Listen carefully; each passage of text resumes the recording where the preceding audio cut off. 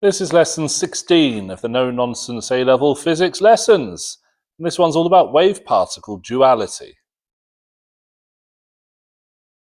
So before we get into wave-particle duality, we really do need to think about what we mean by waves. Now, in GCSE level, you do learn that waves are a way of transmitting energy without transmitting matter. So you might say waves transmit energy without transmitting, bad handwriting, matter. And that's okay at GCSE level, and it's still true. It's not untrue at all. But waves do something very special that matter doesn't do, at least in classical physics. And that's that waves can, what we call superposition. They can interact in such a way that we can add up the effects of their waves. So we can say waves can superposition. And that is the correct word, and it'll be covered when we do waves a little bit later. So if you're a little bit spooked by the term superposition, don't worry, the answers are coming. How do you spell position? P-O-S-I, position. Superposition, I think that's right. They can superposition, which means that we can add up the effects of two waves. We can add up effects of two or more, let's say multiple waves. Now, you see this all the time, probably without even thinking about it. This is the reason why when you are in a car, for example, and you tune your radio, if you do that sort of thing still, all the radio waves are there where the aerial is. So they're all superpositioned, and you just choose which particular frequency you want the electrons in the aerial to oscillate at. So this superpositioning, this adding up effects of multiple waves, is something that waves can do that matter can't. It is the defining trait of waves. We still haven't said what waves are, of course, so we could summarize it as some sort of oscillatory influence that propagates through space and time. I'm not going to write that down, but we could say that it is an oscillatory influence. In itself, a wave isn't actually something. It's just a mathematical way of describing these oscillatory influences, these sinusoidal influences that vary through space and time, that propagate through space and time. So sound waves are an oscillatory variation in air pressure that propagates through space and time. Light waves, up until this point, we think of it as a variation of electric field strength and magnetic field strength, which oscillates and propagates through space and time.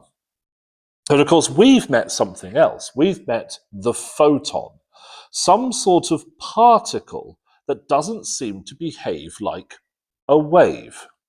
Not really.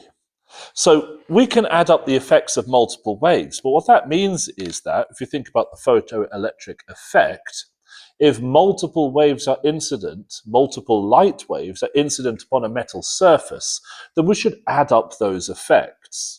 And if we add up those effects, we accumulate the energy. Eventually, it's enough energy that an electron has sufficient energy to escape the metal surface. Remember, that's called the work function of the metal, the minimum energy required to free an electron from the surface. But that's not what happens in the photoelectric effect. So we know that light is not simply described as the transmission of energy through an electromagnetic wave. It's more exotic and exciting than that, because light can behave quite differently. It can behave in a quantum way. It can behave as though there are little packets, discrete packets of energy, which we call photons, and a single electron will absorb a single photon. And that's all the energy it's going to get. So we've met this idea of wave-particle duality. There should be a hyphen in there. We've met this idea of wave-particle duality in reference to the photoelectric effect, where we moved from light being electromagnetic waves to light being a stream of photons. Well, let's have a look at what else we could say about light and anything else that exhibits wave nature. So wave-like nature. We've already mentioned about this idea of superposition, but one of the consequences of superposition, or one of the ways that superposition manifests, is that waves will appear to diffract. So if I have waves coming in like this, and I'm drawing what we call wave fronts, which are included on GCSE physics, but there's a non-zero chance that you've forgotten them, what wave fronts are, then we're going to get this diffraction effect where the wave spreads out after the gap. Just like that. And it turns out that if we have a wider gap, somewhat counterintuitively, if we have a wider gap, then we actually get less of this diffraction. If everything else is kept the same, the diffraction angle is lower.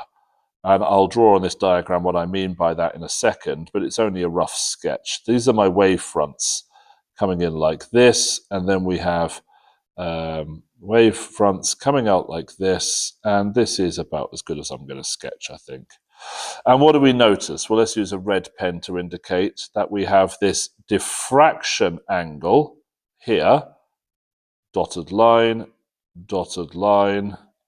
This is the diffraction angle, and when we have a wider slit and everything else is the same, we have a smaller diffraction angle. Now we're going to go into all that detail in the waves section of this course. So let's say large diffraction angle, large diffraction, let's put a T in that, angle, and we could say here small diffraction angle. And that corresponds to small slit, small, we call it a slit, but it's a gap, isn't it? I'm going to call it a slit anyway, because we usually think about light passing through slits. So small slit and large slit. So all this stuff about diffraction and diffraction angles are going to come up later, but they are wave-like nature. They are what waves appear to do. Waves appear to diffract. And I'm going to put diffraction. And it is a consequence of superposition. Diffraction. Particles, on the other hand, don't diffract. How would that make any physical sense? If a particle passes through a slit, it's expected to just go through the slit and end up on the other side. So I could say somewhere around here, like particle-like. And we're looking at the nature of particles. They don't diffract. So we have no diffraction. No diffraction. But we could also talk about what we do see with particle-like nature, which is things like the photoelectric effect. So an electron, and I'll just do a quick sketch here, electron is going to absorb scrolled while I was drawing, electromagnetic radiation of a particular frequency, so that is equal to hf in energy, and if that amount of energy is sufficiently high, the electron can come out. So this is the photoelectric effect. The photoelectric effect cannot be explained, I think we've already covered this. Photoelectric effect,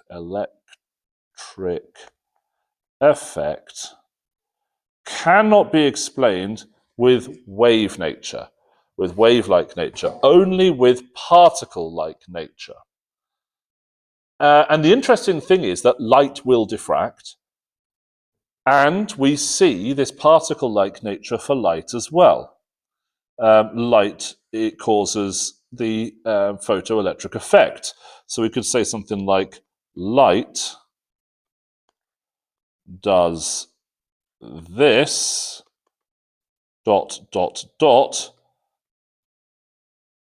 and this. And that's quite a big deal. It means it has dual nature. dual. It's under certain conditions, it appears to behave, light appears to behave like a wave. It diffracts, it spreads out. We can see that happening, and you will see that happening in the waves topic. And in certain conditions, we see this particle-like nature. Light consists of photons, and we see that with the photoelectric effect.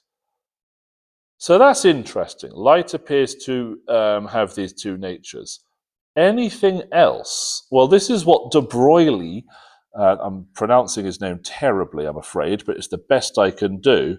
This is what de Broglie was pondering about. So his name is spelt D-E for de, and then Broglie. Broglie, it's a G in it. So the de Broglie hypothesis is that perhaps matter, things that we traditionally think of as matter, also has this dual nature. Hypothesis is the dual nature of, and we could just say matter here, but we could actually experiment on matter. We could experiment on electrons and see what happens. So dual nature of matter. For example, so e.g. electrons. So we know electrons have this particle-like nature because of the photoelectric effect. One electron absorbs one photon. There's a one-to-one interaction. Electrons have certain energy levels, so we are happy with that. But can we get electrons to diffract? And the answer is yes, we can. And actually all matter consists of matter waves in as much as it consists of particles. They have this dual nature, this wave-particle nature. So it's not just electrons, it's all matter. It's neutrons, protons, atoms, molecules, cells, people, planets, although the ability to see the dual nature, it gets harder and harder the larger the scale. So things that we could traditionally think of as matter start looking a lot like a clump of particles as you get to the size of an atom and beyond. But on the very small scale, on the subatomic scale, we can actually observe these matter waves, or at least the effect of these matter waves. So matter waves, and I'll write this down like this, matter waves can be observed to diffract, which is, remember, the key property of waves that makes them different to particles is this idea of diffraction. Well, matter waves can diffract as well. Now, I'm going to tell you an equation that's going to come up in the waves topic, and that is that our wavelength of the wave that's diffracting is proportional to the size of the thing causing the diffraction, let's call it d, multiplied by the sine of the diffraction angle. Let's call that theta, like that. So that equation is a very important equation, and as I've said, it will come up later. In fact, it won't just come up later. We will derive that equation from first principles later on in the course. Oops, selected the wrong thing. We want to use the pen, but not a highlighter. There we go. So what does that tell us? Well, that tells us that lambda divided by d is proportional to sine theta. Another way to say that is that if we want to get a certain diffraction angle, a larger slit, for example, we talked about slits earlier on, a larger slit will have to have a larger wavelength of electromagnetic radiation, if we talk about light, illuminating it to get the same diffraction angle. That's interesting. So how does this apply for matter waves? What is the wavelength of matter? And this was the conundrum that plagued de Broglie. What was, or should I say, what is the wavelength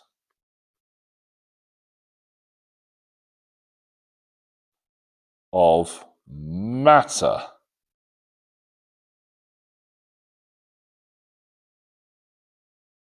Waves. And it's a good question. So de Broglie hypothesized the following for the wavelength of matter waves.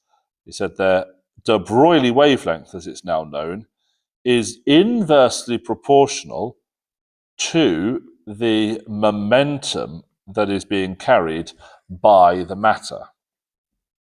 I'm being careful not to call it a particle, you see. But really, this is the link between particles and waves, the conduit between particles and waves. So let's say between waves, because the lambda's on the left, between waves and particles. Remember, lambda is the wavelength. You can always add to these notes if you think there's stuff you're not going to remember. That's it. So we've got this link between particles and waves. If we know the momentum of an electron, we can work out the de Broglie wavelength of the electron.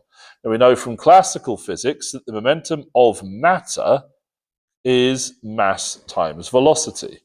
So let's write that down. P for matter is equal to mass times velocity. So our equation becomes, that's the symbol for therefore, those three dots, the de Broglie wavelength is equal to the Planck's constant divided by mass times velocity. Now, why is it Planck's constant?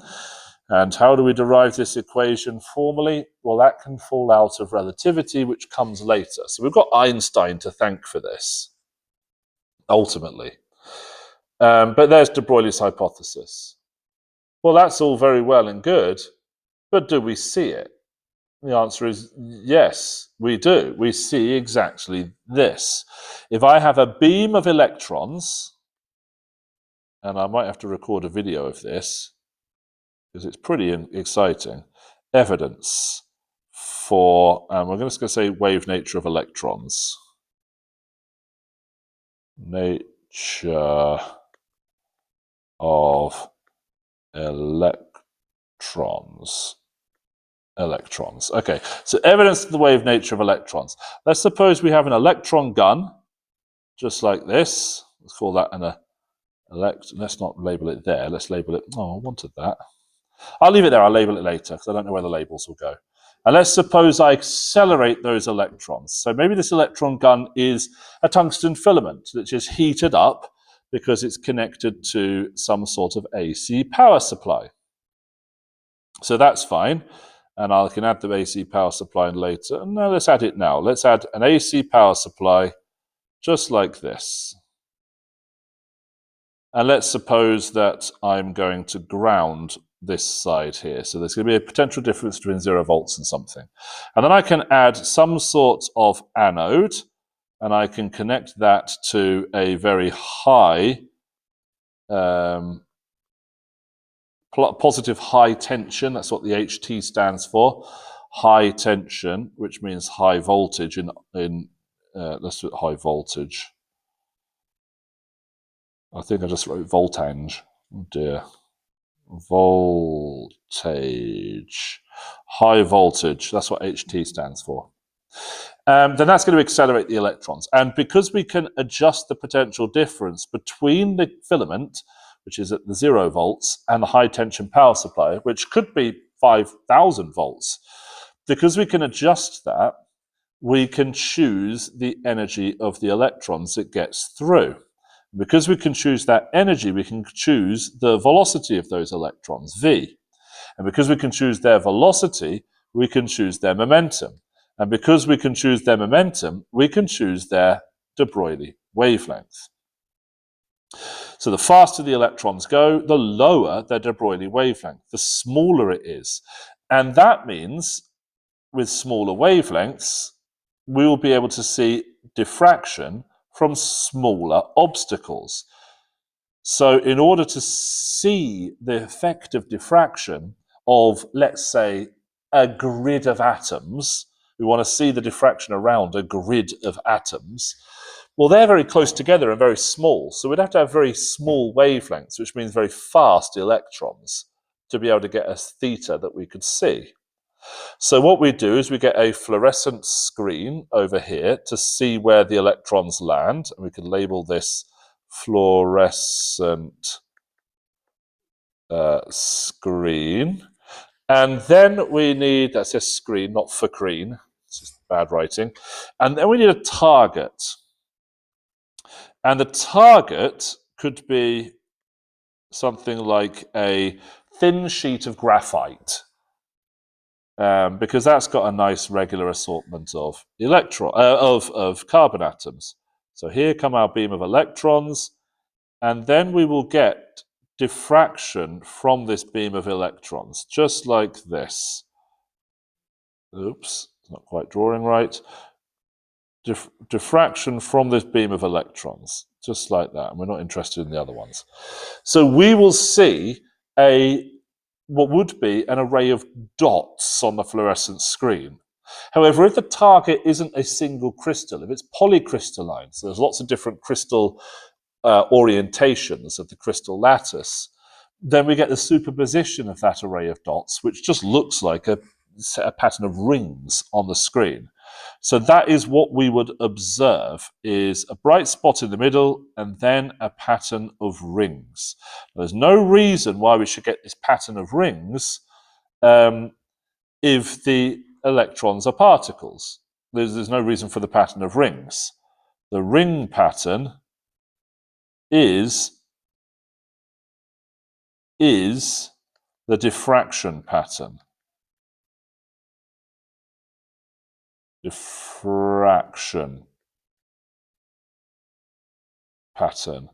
So we can label some other parts of this. We can label this electron beam, and we could point out that the electrons are freed from the cathode by thermionic emission. Thermionic emission. You know, we can get these notes in good order. We can even say that this should be around about 6 volts, 6.3 volts AC as a heating to heat up the filament to cause thermionic emission. We can label this bit here the anode. Annotations are good. The anode that we accelerate the electrons towards. I think we've got everything labeled there we need. And the whole thing could be put in a vacuum. So evacuate experiment, which means put it in a vacuum. Experiment. I'll put in brackets, in a vacuum. And so this is what we see. We see a narrow beam of electrons in this tube, in this vacuum tube, getting accelerated, striking this polycrystalline layer of, let's say, graphene, or graphite, should I say, because it's all different orientations, and producing a pattern of rings. And we can measure the spacing of those rings. From that, determine what the diffraction angle is. And from that diffraction angle, which we've measured, and the wavelength of electrons, which was determined from their speed, which we've determined from their kinetic energy, which we've determined from the potential difference across which the electrons are accelerated, we can determine d, the spacing of the things, the obstacles that are causing the diffraction, which in this case is the lattice of carbon atoms in our graphite sheet.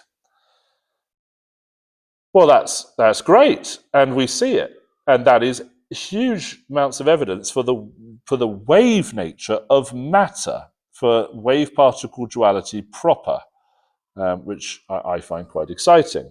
But it goes a step further than this, and actually wave-particle duality is a very deep topic indeed.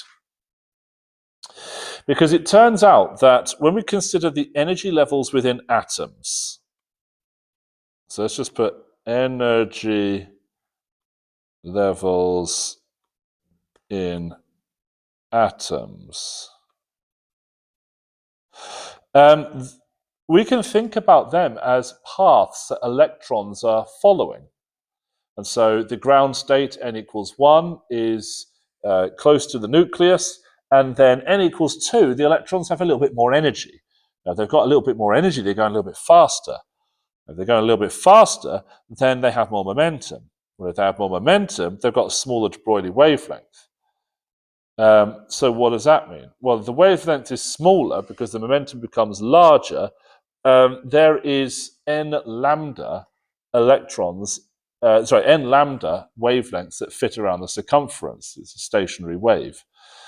And actually, I'm not quite ready to do this because we have to talk about stationary waves first. So I'm just going to make a couple of notes here.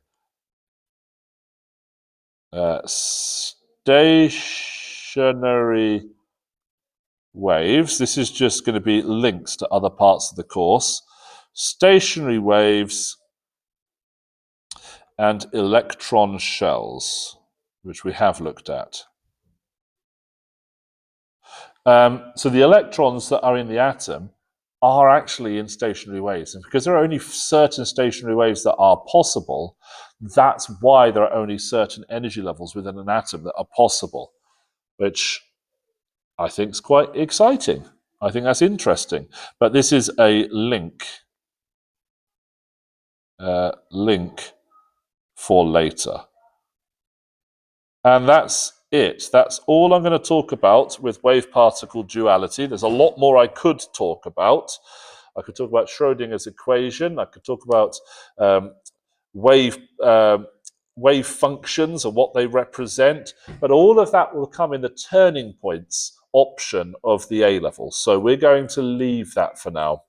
And that concludes quantum phenomena at A-level. Now, if you found that useful and you stuck it to the end, a couple of things that will help me out. First of all, comment. Do say hello, because that boosts engagement. You know, the usual thing that YouTubers say, like give it a like, a thumbs up, and subscribe and ding the bell and all that sort of thing. But the comment is really useful because then I'll know that you've actually got to the end of this, and I'm not just sort of wasting my time recording these. And let your friends know as well. Right, I hope you found that useful. See you in the next video.